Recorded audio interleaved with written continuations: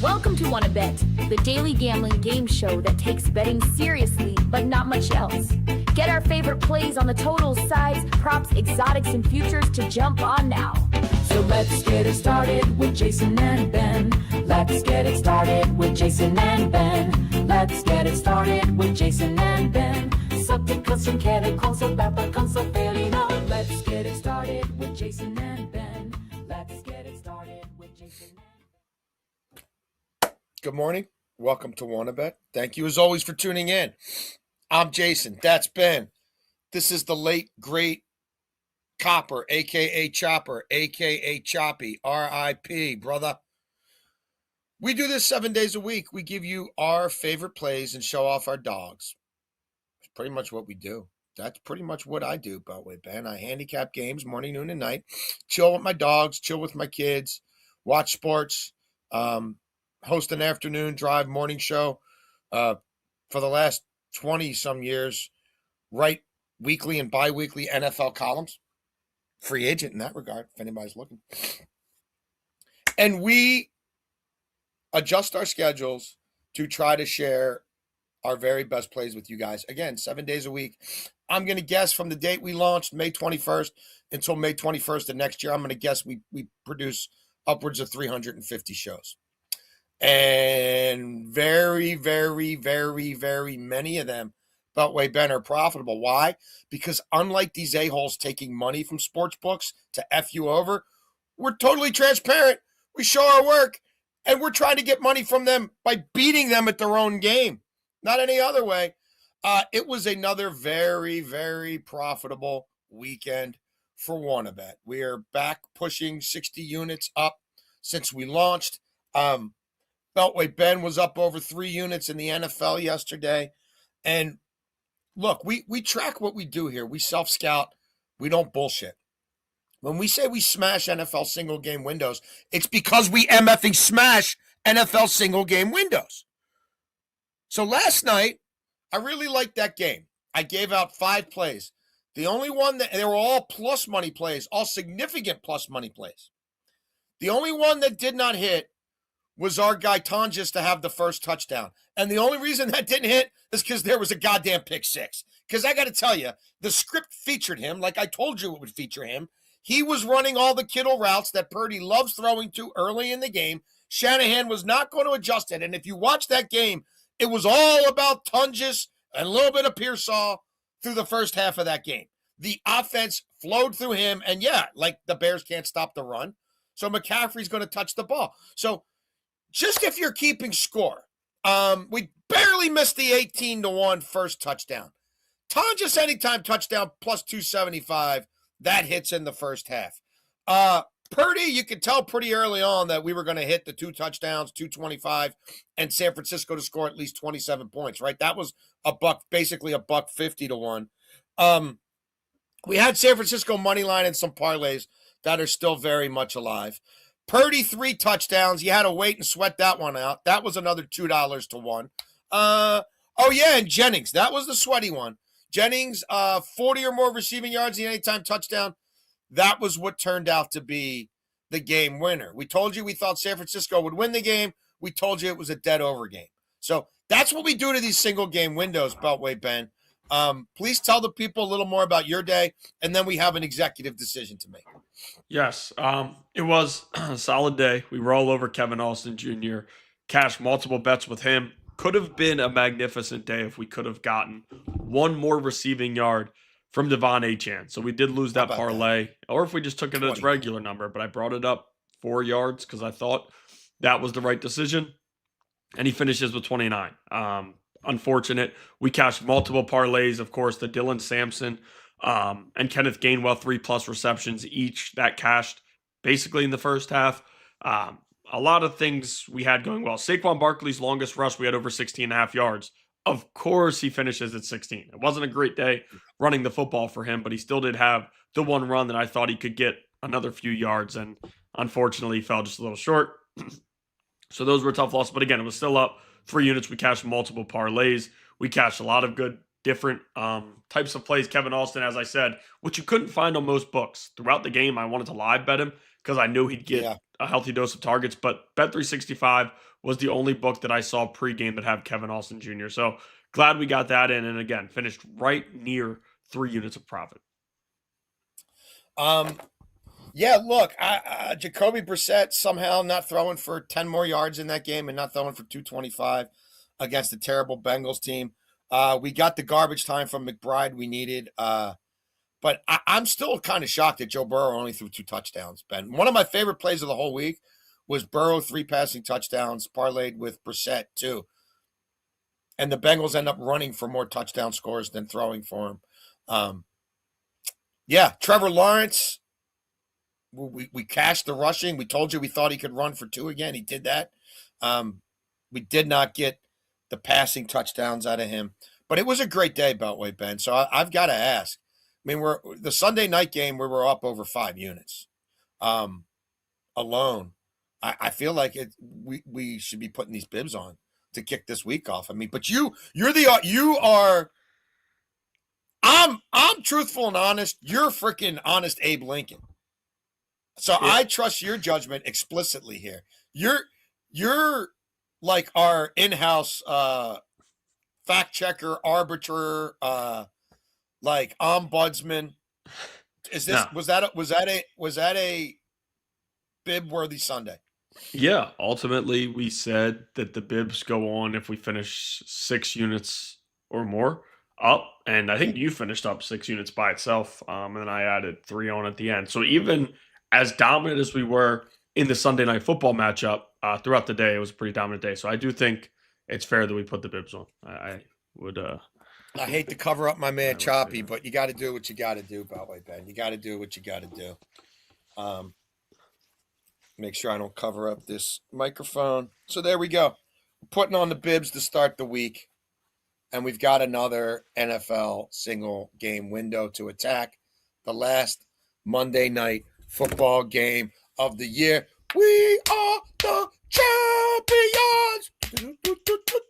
Champions League back in a week, Beltway, Ben. I know you can't wait. Can't wait. I'm going to crush up Champions League match day, and then you're going to sing the song with me again. Yes. I'm willing it into existence. I like that. All right. If you're new to the show and you sat through all that, I don't believe you, because if you're new to the show, you probably didn't sit through all that. First, second, third down, our 3 favorite plays of the day. 4th and long. Could be 4th and long. Long-term plays. Long shot bets to play. Like that in-season 28-1 division winner parlay that I'm going to find a way to lose because of the Rams not winning that division somehow. Could also be 4th and weird. Ben's new segment, 4th and weird. Overtime, football, like soccer, and football parlays every single day. Although I got to tell you, I'm going to be light on the NFL parlays this week. Now, we got a lot of Premiership games, and I will be giving soccer parlays out every day. But, Ben, I usually on a Saturday, I've placed 3 to 5 bets for the following week, and I've already got a list of I'm monitoring this, I'm monitoring that. When this populates, I'm going to jump on it. I got all these notes to myself in here. I played nothing on Saturday for Week 18. I don't think I'm going to be on much for Week 18. There's just it's exhibition season. I think both Saturday games I'll be on a bunch, and then Ravens Sunday night. But outside of that, maybe that's 3 out of 16, man.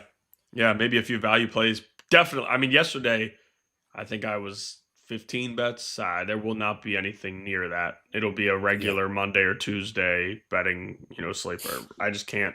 I mean, there might be some value plays here and there, guys like Kevin Austin yesterday who they want to get involved and stuff like that, but no 2-unit plays unless it's the Ravens-Steelers game, which we could potentially have one. We'll see. How about Gainwell not getting a target in the second half?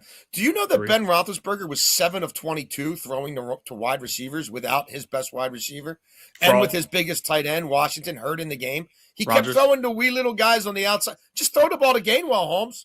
He said Roethlisberger. Yeah, Rodgers. Did I say Roethlisberger? Yeah, I was about to say. It's late. It was late stage Roethlisberger. Yeah. He used to get what's his face? Smith-Schuster destroyed for 3-yard receptions, and half the time they weren't receptions because he got destroyed and he didn't hold on to the ball. Like, bro, just throw it to the running backs. He's trying to show everybody. He's trying to show everybody he's right about MVS. That's my Yeah, guy. it's I Scotty want you to Miller. bring He him in. clearly loves Yeah. Scotty Miller. Oh, he loves him from Scotty Miller. Wonder why. Lazard, Jordy Nelson, Scotty Miller. You see a trend there, Beltway Ben? Rogers, fraud likes his guys. I'm interested to see how Sunday night goes. I'm interested to see how Sunday night goes. With no DK. I don't know how much I'm going to be on that game. I mean, I don't know. I'll probably be back on my man Gainwell, but other than that, I don't know. You got a lot of work to do, a lot of time. And Washington out. I think I might be on Freiermuth a few different ways. Once Schlesinger went down, Rogers looked Freiermuth a little bit, but still, I don't know. That's another one you got screwed. 9 tackles for him. No, he had 10. Did he have 10? Yeah, NFL he had, GSIS showed 10. I mean, showed 9. No, he had, let me catch my parlay on the app. Oh, good. All right. Yeah. Let me double check. Maybe they took it away. Because I knew Queen had it. Yeah, Queen had it easy early. Yeah. Oh, my God, you're right. They took one away. Yeah. And NFL GSIS, which is usually on it, had him with 9. Okay, well, I'm going to have to update the record. I'm the bearer. Sorry to be the bearer of worse news. It cashed out yesterday. Ben's not feeling well either. You got great energy for a sick dude. You got great energy for a regular dude. I'm just saying, nobody would know you're sick unless I told them. It's going to be bad tonight as the day goes on. Hopefully I get through it. Well, Barbalace knows how to run that stuff back there. So if you know what I'm saying? You know, yeah. Hopefully. I just don't. I don't know. This sucks. Yeah, I'm sorry, brother. All right. Let's hit some college basketball. I haven't made a college basketball in a while. I think the last college basketball play I gave out on here might have been Loyola Marymount kicking the crap out of Morgan State. We do like what we've seen of Loyola Marymount, by the way. We watched them a little bit against St. Mary's. They are ripe to show up on this show again this week. Let's go to the CAA. I basically live on the campus of a CAA school. We go to a lot of CAA games. We watch a lot of CAA basketball. I talk to some former coaches and other basketball types in this region who know these schools really well. And the CAA schedule kicks off tonight. We've talked about the Elon Phoenix in the past. We've been on some of their team totals. I've bet several of their overs. I know we've given out 1 or 2 on the show. We like this game to go over against Northeastern. Now, Northeastern is traditionally a more plodding school, but Elon's playing at a breakneck pace. Elon's running. That's minus 110, Ben. I'm sorry. I'll change it. Yep. So it's Northeastern, Elon, over 155.5 for the Spotifyers and Apple Bottoms. Standard minus 110. When the total's in the range of 154 to 160 this year, the Phoenix, that's Elon, are 6-0 to the over. The Phoenix are also 8-3 to the over overall. When the total's between 154 and 160, those Elon games have gone over by 38.5, 31, 24.5, 29.5, 7.5. And then I can't read my handwriting. Going over by a lot. That looks like 41.5. I don't know if that can be right or not, but given 38.5 and 31.5, let's just go with it, Beltway Ben. Regardless, Northeastern's over in 4 of their last 6. They've allowed 85 points or more in 4 of their last 6 games. Elon, as I told you, is running a top 75 offense in KenPom overall efficiency. They look like one of the more improved teams in the CAA. The CAA is traditionally a slow as you go rebound, second chance, 2-point win in the paint type league, with a few exceptions. William and Mary are gun. And Elon's run and gun this year. So, look, I think the Phoenix can push 90 points here against Northeastern. I also think Northeastern is going to get second chance opportunities against Elon. So, I think both these teams can score 75-plus points, and that's got us pretty much home right there. We also like our UNC Wilmington Seahawks laying 9.5 at North Carolina A&T. Now, you can still find this. I believe it's FanDuel at minus 120. Everybody else is taking it up to 10.5. I suspect it's more like 11.5 or 12 by tip-off today. I think UNC Wilmington's the best team in the CAA. It might not be particularly close. I like them more than Towson. I've seen a lot of both teams. Wilmington has size all over the place, and NC-A&T does not. NC-A&T had a run late last year where they altered the course of their season after a gambling scandal, led by a backcourt that's no longer there. Those kids have gone in the portal. A&T has played they played a real cupcake schedule, like a real cupcake schedule. Ken Pom has it the 350th most difficult schedule in the country, Beltway Bend. And we're also looking at a Wilmington team that found a way to lose to Howard before the Christmas break. So I think they're totally focused. I think they win this game at A&T, frankly, by 14 or more points. I will also be playing this in alt markets. I think this has potential to be a double-digit win.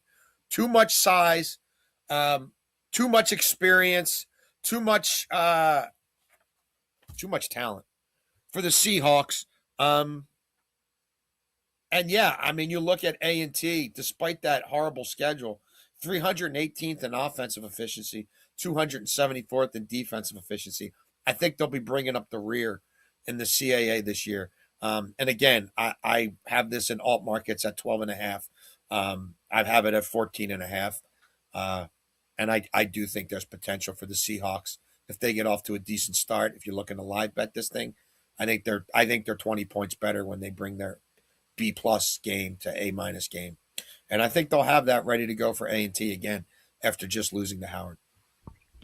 I'm going to start in the Monday Night Football matchup, and we're going to go, usually this would be in fourth and weird, but there wasn't enough that I loved in this matchup to play multiple things, I have a few things here, but it wasn't enough for me to force one in fourth and long. Fourth and long for me, it was going to be fourth and short in college basketball. But we'll get to that in a little bit. Here I'm playing Kyron Williams over 13.5 fantasy score, 13.5 fantasy points at -115. When you look at the matchup for what he's done, he's got 4 touchdowns in 4 straight weeks. Last week, he did not get in the end zone. Blake Corum did. That was unfortunate. And Blake Corum is chipping away at some of Kyron Williams' touches. I get all of that. It's a concern, especially later in the year. But I do think Kyron Williams will punch one in. And if that's the case, he should be able to get us anywhere from 50 to 70 rushing yards and 1 reception. Receptions are huge for fantasy numbers and running backs. I think they could be up so much that they're running the football enough and they're letting Kyron Williams do what he can. Blake Corum will get some touches as well. I get all that. But the way that Kyron Williams constantly finds his way in the end zone, I think plays a huge factor in tonight's game. As I said, 4 touchdowns in his last 4 games. And one of those games was a multi-touchdown game. If they get down there near the goal line, hopefully he gets the carries. It's usually a rotation between him and Corum. And Corum's explosives definitely keep him on the field more than I'd like for a prop like this. But when you have him catching 3 passes last week and you have him doing what he's been able to do all season long, I just don't know that I'm comfortable going away from something that's been a pretty regular cash. Like, he's consistent. Now, I talk about it. A lot of people have talked about it with Corum taking touches away from him. Even since then, over the past few weeks when Corum has gotten more touches, Kyron Williams has still found his way in the end zone and still been on the field enough. He caught 3 passes last week. Will he catch 3 again this week? No, probably not. But I do expect at least 1 to 2. And that's important with a prop like this. Could we somehow get a 100+ yard rushing game? Potentially. This Falcons defense is bottom in almost any defensive metric against the run. They're bottom 5 in the majority. I'd expect Kyron Williams to have a healthy dose of carries, red zone touches, catches. Anything that we need should be good for tonight. Give me Kyron Williams over 13.5 fantasy score, -115. Like it. Second down for me. I like saying this guy's name. Mumpfield. I'm a Mumpfield guy. I'm a Mumpfield believer tonight. I'm rolling with Mumpfield and Son. I don't know if Mumpfield has a son or does not have a son. I'll be honest with you. I didn't know a whole lot about Kanata Mumpfield until a couple of weeks ago. But when Devontae Adams went down, you start looking at, in an offense this prolific, who could benefit most? Now, first game without Adams, they play Seattle. I thought, and we were, Ben and I were all over tight ends in that game. Now, it turned out my guy couldn't catch the ball. But how do you attack McDonald's defense? 12 and 13 personnel, tight end then to death, throw to the slot. It was the weak spot, even when he had a historically significant defense in Baltimore. It's remained a weak spot. And what happened there? You could not figure out which of their three tight ends was getting the ball at any given moment, but it was going to the tight ends. We laid off McBride that same week when they were against Atlanta. Why? You know, we've been all over Brissett. We got on Wilson some. Why? Because Atlanta takes away tight ends. Because there's a lot of things they do against big-bodied guys that have just worked for them all year. But what happens when you get an 11 personnel against Atlanta? Your QB rating goes up about 15 points. Your touchdown rate soars. They don't give up touchdowns to tight ends. They give them up to receivers. So why Mumpfield? Well, he's run 53 routes the last 3 games. Only Puka Nacua, of all the wide receivers on the Rams roster, has run more. Atlanta's allowing 8.3 yards per attempt to wide receivers, which is below average. And they're also allowing, as I said, way more scoring plays to wide receivers than otherwise. If this game gets to be a blowout, Beltway Ben, I still think my guy Mumpfield's on the field here. 40 or more receiving yards plus 261. I am on Puka as well. I felt like I had to be. But there's a chance that Puka gets pulled off the field. There's a chance that the backup quarterback gets a run here. He's played with Mumpfield. He's had snaps with Mumpfield going back to the summer. I like this kid's wiggle. He's also run, if you look at those 53 routes run, 19 of them are in cutters. If he gets himself matched up on a depth DB, not one of the linebackers, obviously, not going to put a linebacker on him, I think he can hit crossers all day long against this defense. And for 40 yards, a couple of crossers for 15, and we're almost home. So, look, he got, 8 targets in the last game? That's the first time he's really had a chance to run a significant amount of routes. Adams is not playing in this game. For plus 261 on Mumpfield, 40 or more receiving yards, we likes it, and he will appear in fourth down as well for me, Beltway.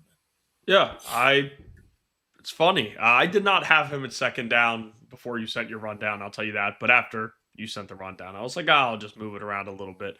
But I was going to be on him regardless. And you mentioned the 8 targets last week and what went on. Matthew Stafford, when he looks for his guys, he goes to them heavy amounts. And with reserve guys, you don't love doing it. Real quick, Mumpfield over 23.5 receiving yards minus 110 for the listeners. I'm on Mumpfield as well. I just playing the regular number for now.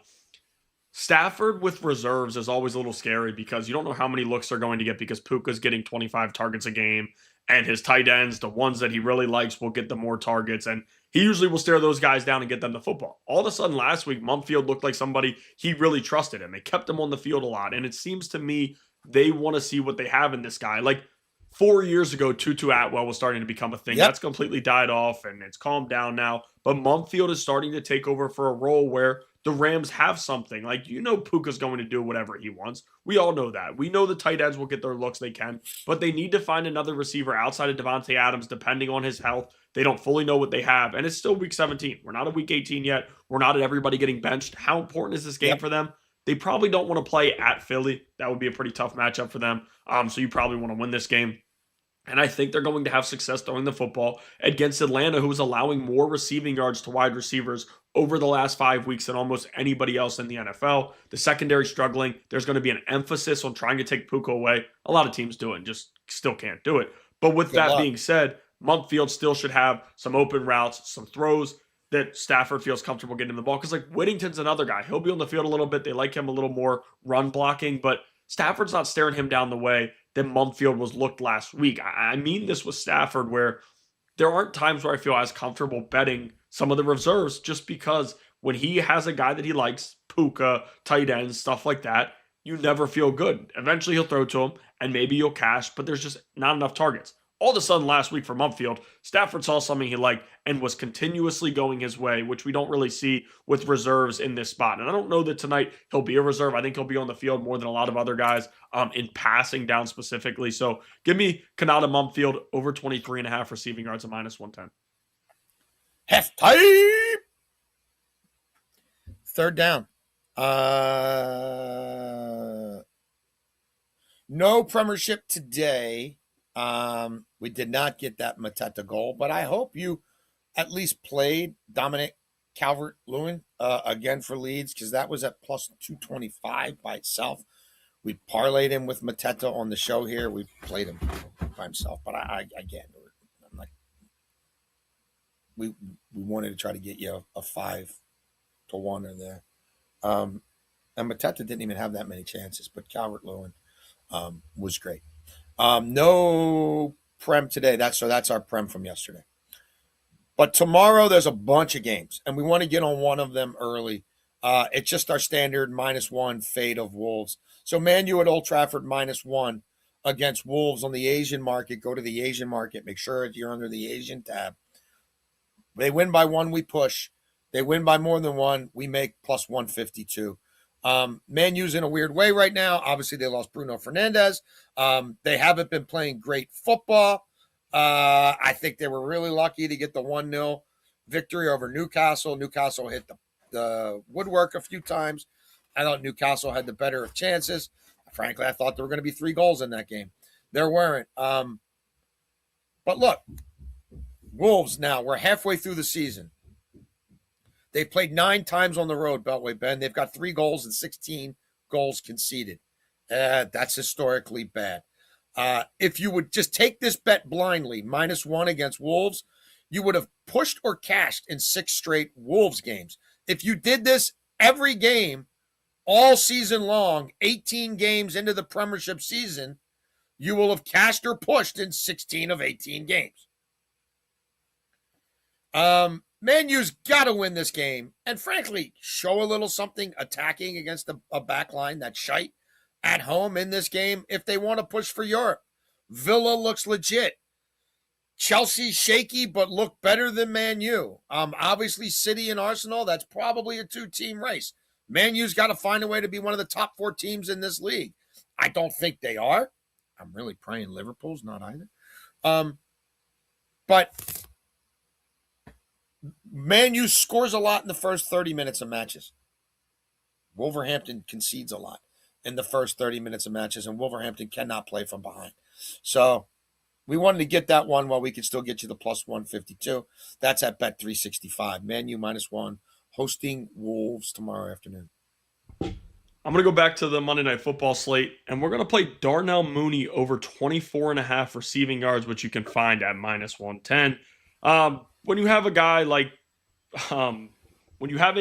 Drake London who's probably going to play, and he's been banged up, but nobody wants to play someone else because Drake London is not in the Puka category, but he gets his healthy share of targets, and Kirk Cousins, some weeks will look his way a lot more than others. Now, lately it's been more Bijan Robinson. That's where all these targets have been going, and Kyle Pitts, of course. But Mooney is over this in 2 of his last 4. Before that, he was over it a bunch in a row, and that some of that was with Penix, which is why it's kind of unfortunate. But for this here, yeah, I like Mooney to clear 24.5 because I think as long as London plays, there's going to be some attention going his way. Kyle Pitts has started to turn some heads. Now, the Rams have been better against tight ends, but Kyle Pitts is different. Kyle Pitts lines up out wide, can line up in line. He does different things well. There'll be a point of emphasis there. Darnell Mooney gets the targets. It's just there hasn't been a connection with him and Kirk. Like, he'll be wide open down the field, and Kirk's just older now and can't stretch the ball down the field the way that he used to, and that results in incompletions. Do you want to watch Darnell Mooney all night and be sweating 24.5 yards? No, but he could do this with 1 catch in the first half, and you wouldn't have to worry as much late. And if they're playing from behind against prevent defense and soft zone, they should have a lot of success getting the ball to guys like Mooney, where Mooney can make the big play. And we've seen it before. I think we'll see at least 1 shot down the field. The Rams have been susceptible to the big play before. We've seen it in prime time spots. Their passing defense has taken a step back. The edge rushers, they're very tough, and the pass rush is good, but they've taken a step back as the year has gone on as well. Last week, it was a strong week, but tonight, I just think Kirk's going to get the ball out quick enough. But I think Darnell Mooney can catch us 2 to 3 passes. And if that's the case, one of those should be a 20-plus yard reception. Give me Darnell Mooney over 24.5 receiving yards, -110. By the way, Ben, I realize now I threw major curveballs at you, and even though you're sick, you handed it with a plum. Not that I would expect anything less from you, because I say it again, I gave you the highest compliment. You should tell your dad that I told you this. See if he agrees. You are a Gen X brain and a millennial. Are you even a millennial, or what are you, Gen Z? I think I always Gen get Z. confused I think which Gen one's Z. the youngest. Gen Z. I think Gen it's Z Gen body. Z. I think. Yeah. Oh yeah. Oh, when are we going to get to see the RJ Harvey, PJ Harvey match? I have it. I still have it. I have it. Hold up. Because I mean, put it on the screen. Denver's in the playoffs, so we got potential for more Yeah. RJ Harvey / PJ Harvey. Yeah, I have it. It's edited. Yeah. It's You're not rid of me. I'll send it to you right now, but I'll post it. I believe there's a line in that song. I'll make you lick my interface. I think I couldn't tell you because I don't think listen. I'm quoting Polly Jean Harvey correctly there. Polly Jean Harvey. She's definitely amazing. have to listen. I haven't seen her in concert for a long time, but saw her in DC. It was a small club, man. It might have been the Black Cat, or maybe the Citadel Center was still open. But saw her on one of her first tours over here. Amazing. Still amazing. There's no chance at that time you could have ever imagined that she would be featured in Wanna Bet with RJ Harvey's helmet and his name. There's no chance at that time you would have told me in my 50s there'd be legalized gambling. The NFL would be cashing in on it more than anybody else. And there would be legalized gambling. They'd be cashing in on it more than anybody else. And they'd refuse to tell you who the guys on the field are talking to in New York. You'd have is it Troy Vincent? Is football ops in there? Are there interns walking in and out? There would be there's so much I wouldn't have believed. But wait, Ben, if you would have grabbed me, I'm pretty sure I went to that concert with Brandon Andre. And I'm pretty sure we were sitting at Memorial Stadium. Here you go. Because they were building the stadium in Bowie. And they're building the Orioles are moving into Camden Yards, but Memorial Stadium's still functional, Beltway Ben. And the Bowie Bay Sox played a season in Memorial Stadium. And I'm pretty sure me and Brandon Andre were sitting in the bleachers. It's way before the internet. And it was the New Britain Red Sox against the Bowie Bay Sox at Memorial Stadium in Baltimore. And he's like, do you know PJ Harvey's in DC tonight? And I was like, no, I didn't know. And again, I have to look it up. It might have been the Black Cat. It might have been the old. I don't think it was the old original 930 Club. It may have been the Citadel Center. Went to a lot of shows at the Citadel Center. And so we left. We jumped in his car. And we went to DC. And we saw PJ Harvey. And she was amazing.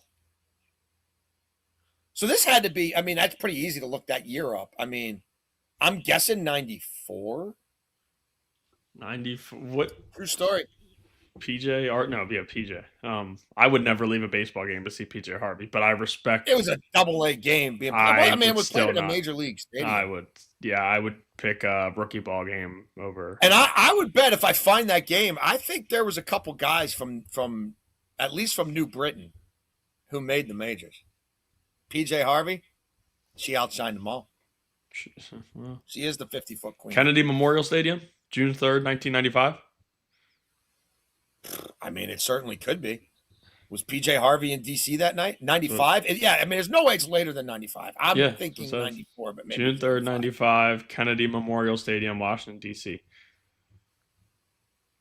To bring you my love tour. I think this is before that. Yeah, this was dry or rid of me. This is before that. Kennedy Memorial Stadium. Is that the old? Is that RFK? I don't know. It just says Kennedy. That might have been it is. like it is. Yeah, it is HFS Fest. Yeah, it is RFK. Huh? Yeah, no. Bro, she was playing small clubs. Could she have gone from clubs to freaking RFK in a year? That might have been an HFS festival, would be my guess. And she maybe was one of the opening acts. They used to put on a big alternative concert at RFK every year. WHFS was the station. My guess is it was more that than PJ Harvey playing a stadium in 95. Okay. Yeah. I couldn't tell you. I don't know how. I didn't know who she was before we started Wanna Bet, but we play her on the show. We should probably play more of her. Yeah, To Bring You My Love, and then the Songs from the Sea. That's the last one I bought. And that was really good, but she was going in a different stage of her career. There you go. Trip down memory lane. If you hung in with us again, sincerely, thank you. And thank you to our 2,000 subscribers now on YouTube. Yeah. Oh, yeah. Yeah. Thank you for bringing that up. Yeah. 2000. Ding, ding, ding, ding, ding. We're ringing like a bell or we're. Oh, wait. Yeah. Thank you for sitting through this bullshit every day. It does get you paid, though. It does. More times than not. Where are we, Beltway Ben? Fourth down? Fourth down, yeah. Did I? No, I'm gonna wait to see what else you got. Okay, let's start. You want to start fourth and? Let's start fourth and long. Yeah, we can start fourth. We've been riding this bet. If you watch the show regularly, and we're back on it here. Bijan Robinson, a reception of 20 yards or more. It's now down to plus 115. Sorry. He's done this in 4 of the last 5 games. He has 31 targets the last 4 games since Kirk Cousins has taken over. He has 39 or more receiving yards total in 5 of the last 6 games. The Rams have allowed a reception of 23 yards or more to a running back in 3 of the last 6 games. Bijan's obviously a different cat. I thought about playing this in 30 yards again because he's done that. And when they line him up on the outside, he tends to run go routes down the sideline where you could easily get 30 yards or more. Obviously, those balls, it's a little harder to complete the catch. But I also think that this game could get out of hand and that a lot of the Falcon starters could still be in there against the prevent defense. And they chuck it down and he gets 20 pretty easily. So we like that. And then fourth and short, we came damn close to hitting an 18-1 first touchdown prop last night. Let's ride Mumfield and Son. 20-1 on first touchdown to Mumfield and Son. Like if it's not a rushing touchdown, right? If it's not a goal-to-go touchdown, because like it's tight ends who've replaced Adams. Adams was getting like Adams had I think 12 or 13 touchdowns in goal-to-go situations. And Adams was the first half touchdown guy. Now, if it's goal-to-go, it's not going to be this kid with his body type. It's going to be one of those 5 tight ends they'll have up. Maybe they only have 4 up for this game again because you probably want to attack Atlanta more in 11 than 13. But if it's from outside the red zone, I got to think they sell out to take away Puka at least early in the game. And so I could just see this kid having a free runner and Stafford just chucking it to him and him basically moonwalking into the end zone. That's what I've wished into my brain, Beltway Ben. That's what I've wished into the Bet365 app. That's what I've wished into my wallet. For 20-1, like I think McVay's out for blood here. I think McVay's out. This is the last time. I don't think he's playing anybody next week. It's the last time to tune his offense up before the playoffs. I think Atlanta's defense is in a bad way right now. It's a bad matchup. If Cousins gets the ball first, I could see it being conservative to start from Raheem. But then as this game opens up, Cousins having to chuck it around. I might get on Cousins on Twitter for you guys by kickoff. I'm not there yet. But 20-1, come on, Mumfield. Yeah, I'll play the Mump too. We'll call him the Mump. I think the Mump's a good name. The Mump's actually a pretty famous dance in Baltimore. Mump. I'm a big fan of the Mump. Can you do the Mump? I will not do the Mump here, but look it up. It's a famous dance. If it hits, you got to do it. You realize if this hit, you're doing the Mump. Yeah. Oh yeah. And I'll do the Mump. The Mump. Yeah. Teach me to Dougie and teach me to Mump. Purdy was feeling himself last night with that. He's been doing it a bunch. Listen, my fantasy team is riding on Purdy's success. So hopefully he can keep this up. I'm in the championship. Purdy and McCaffrey got me up 24. Your championship's next week? No, it's tonight. But they got me up 24. I'm facing Kyle Pitts tonight. Hopefully he doesn't have a breakout game. But we'll start with fourth and short. I will get to Mump here in a second. We'll start with fourth and short. We're going to play Delaware on the money line, -110. Their first matchup in the new conference. New league. What are they? The Big South? No, Conference USA. Conference USA. Sorry. Yeah, they moved to the Conference USA, and now you're going to face Missouri State. It's crazy if you look at these teams that have followed them throughout the year because both of them are all over the place. It doesn't make any sense. Their wins, some of their losses. Like Delaware loses to Delaware State. I know it's a somewhat rivalry game, but there's no world where Delaware should be losing to a Delaware State team. But then they also beat some teams where you're like, I kind of surprised that they won that game. And Mason they play, Ellison, roll Don's roll. Mason oh yeah, Ellison, roll Don's roll. yeah, there you go. But no, they beat George Washington by 12 points, which I just didn't see coming. George Washington's pretty good. Where they used to be, and they used to play a lot, so there's some familiarity. But again, I just didn't expect Delaware to beat George Washington on the road and then lose to Delaware State. And it was overtime, again, rivalry game, whatever. Here they match up with Missouri State. Now, Missouri State's had a good year, 6-2 at home, but they're 0-3 on the road. And tonight's a true road game. As we mentioned, it's a conference matchup. Not tonight. It's called 4th and Short because this game tips off at 2 p.m., an early tip-off. So get the bet in while you can. Delaware's a slight favorite, but if you search around, you can find their money line at -110. I just think a home game for them, first game in the new conference, and it's not a tough test to start the year.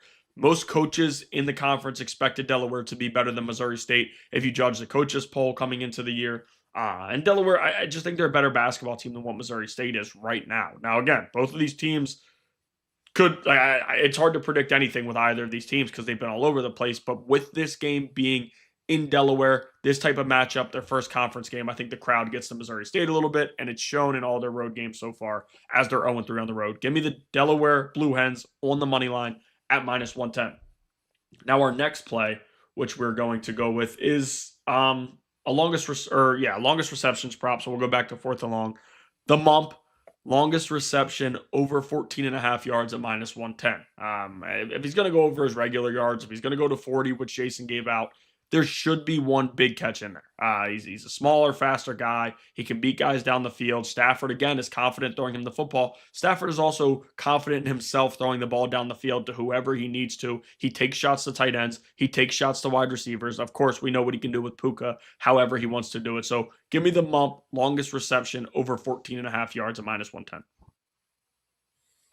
I think it's June 22nd, 1993. I didn't even remember this venue because it became the second 930 Club before the 930 Club moved to where it is now. So WUST Radio Hall, June 22nd, 1993. The Rid of Me tour. Yes. I did not realize. So this is crazy, Beltway Ben. So it's not the cover photo of Rid of Me, but she released another thing called 4-track demos. So the next thing that PJ Harvey put out after RJ Harvey, PJ Harvey, Rid of Me, Swinging Her Hair, the cover photo for 4-track demos was shot in D.C. during that tour. Wow. I'm going to cross-check it with the New Britain Red Sox or Bowie Bay Sox schedule, but I got to think June 22nd, 93, the New Britain Red Sox were playing the Bowie Bay Sox. Which was the day? June 22nd, 1993. I'll give out overtime while Beltway Ben cross-checks me. A couple of parlays in the NFL. Let's start with Matt Stafford. Look, there's a part of me that worries that he's not playing much in the second half of this game. But there's also a part of me that thinks Kirk Cousins can chuck the ball around. Remember, who drafted Kirk Cousins? Sean McVay. I mean, not really McVay. Kyle and Mike Shanahan, but McVay was on that staff. These two go way back. They know each other well. I think Kirk Cousins is playing for his NFL life here. It's a defense he's going to be able to read really well. I think he can keep scoring a little bit against the Rams defense that suffered so that Stafford keeps throwing the ball enough so that we get 3 passing touchdowns out of Stafford, 275 yards, and the Rams to win by 6.5. That will get you plus 360 at bet 365. All 3 of these have hit in 3 of the last 4 Rams road games. Stafford has 17 passing touchdowns in the last 5 Rams road games. He has 3 or more passing touchdowns in 4 of the last 5 Rams road games. He averages 265 per game on the road. And again, I think he's getting next week off. It's his last chance to put an exclamation point on an MVP candidacy near the end of his career after Drake May went off yesterday to do all this in prime time. Against a team that doesn't have much of a pass rush and a defense that's been struggling lately. Look, we saw Tua throw for 4 touchdowns against this Atlanta defense. We saw Bryce Young throw for 3. Darnold had his way with him. I think he probably, if he plays 3 quarters of this game, throws for 300 or more.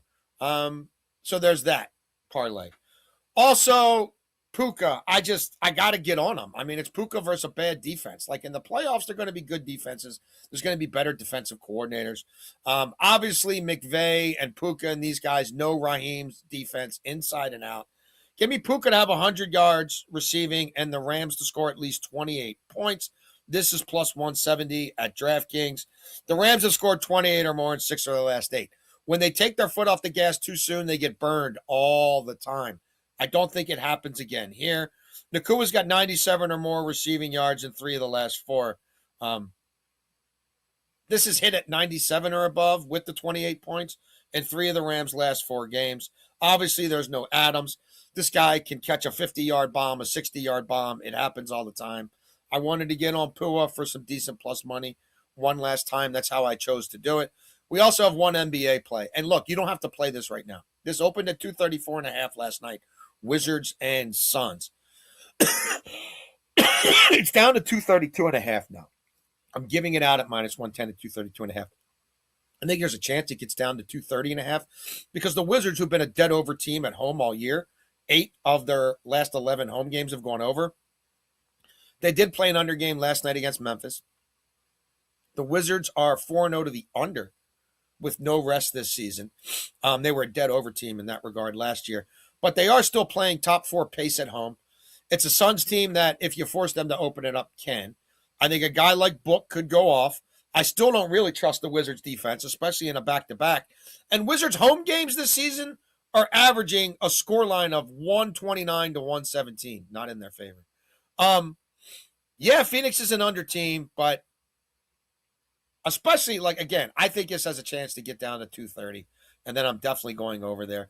The Wizards offense has looked really good lately, by and large. They're a young team, a naive team. I don't know about them bringing it 2 nights in a row at home. And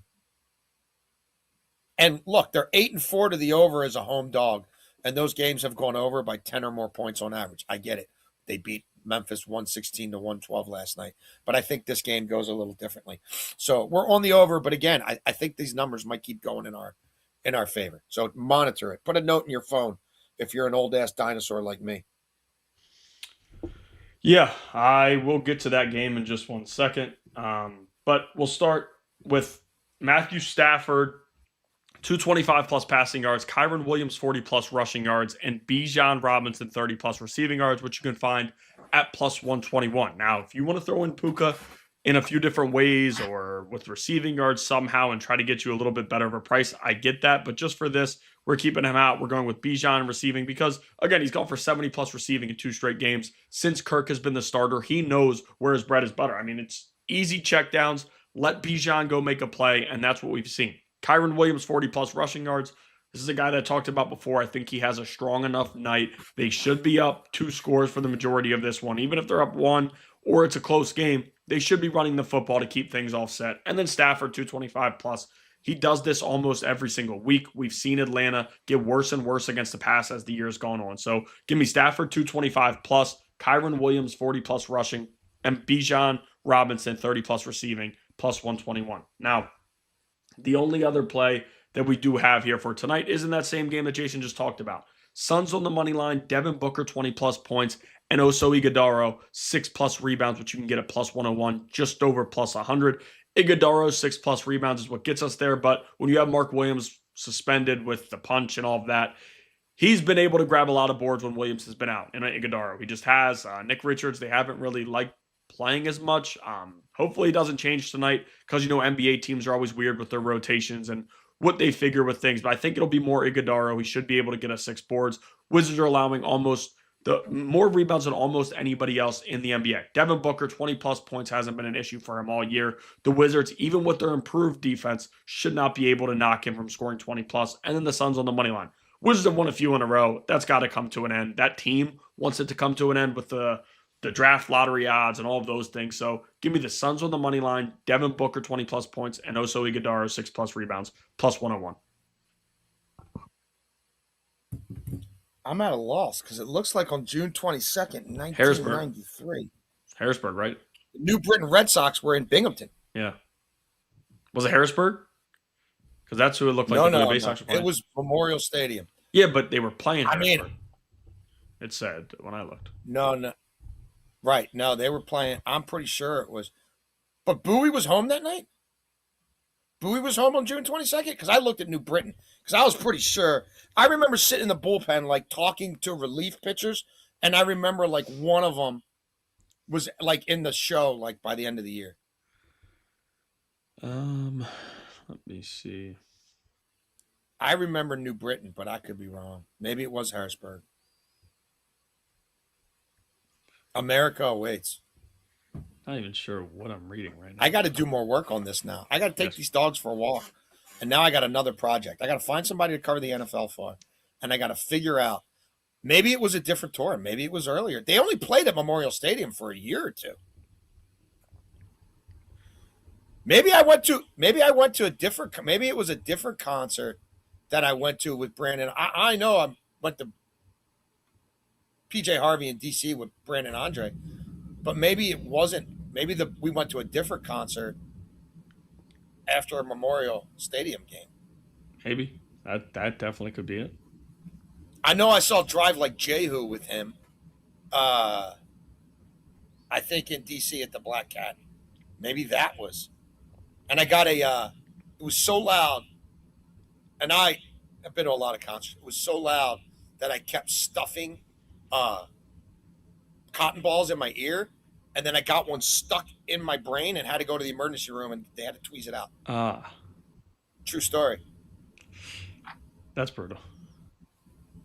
That was a headache. Yeah. That was a headache. I wouldn't like that at all. Yeah.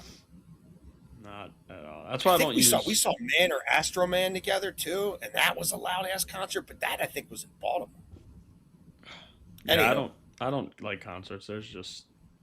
I love concerts. I hate them. I feel like there's some stuff you were supposed to ask your dad that you haven't followed up on. The Costello and. Joe Jackson. Did you get to the bottom of that one? He said Costello. It's a good answer. That's the right answer. You sent me the RJ Harvey thing, huh? I did. Dude, that's great. I don't know. Can people see it? I wouldn't show them. I thought you were going to scratch out the R and make it a P. Or the P and make it an R. Did you? Oh, it is. It is an R. Oh, that's beautiful. But wait, Ben. You're a legend. I don't think we can get copyright this way. Hopefully not. I don't know. That's beautiful. That's beautiful.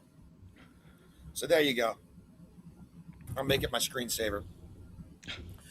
Ben, you mind putting the ticket up again? This went way too long. I'm sorry, folks. There you go. Gainwell got 4 targets in the first half, caught 3. 1 was ruled, I think. They changed to a rush. Anyway, he should have had 5. Numbnuts didn't throw to him in the second half. He threw to a bunch of receivers who can't get open in 2 seconds because he's throwing the ball in 2 seconds. We had a great night in Sunday Night Football. We had a great weekend. And we love doing this for you guys. So thanks for putting up with us.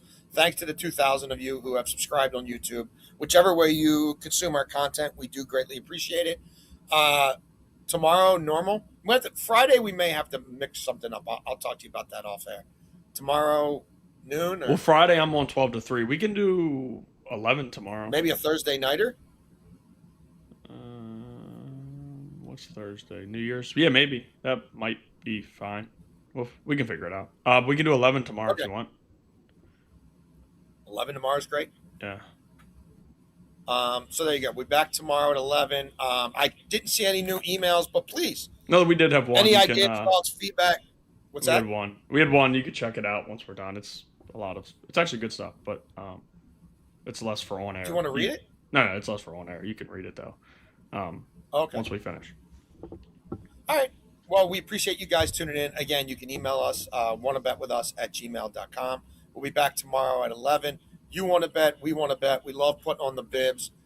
We are the champions.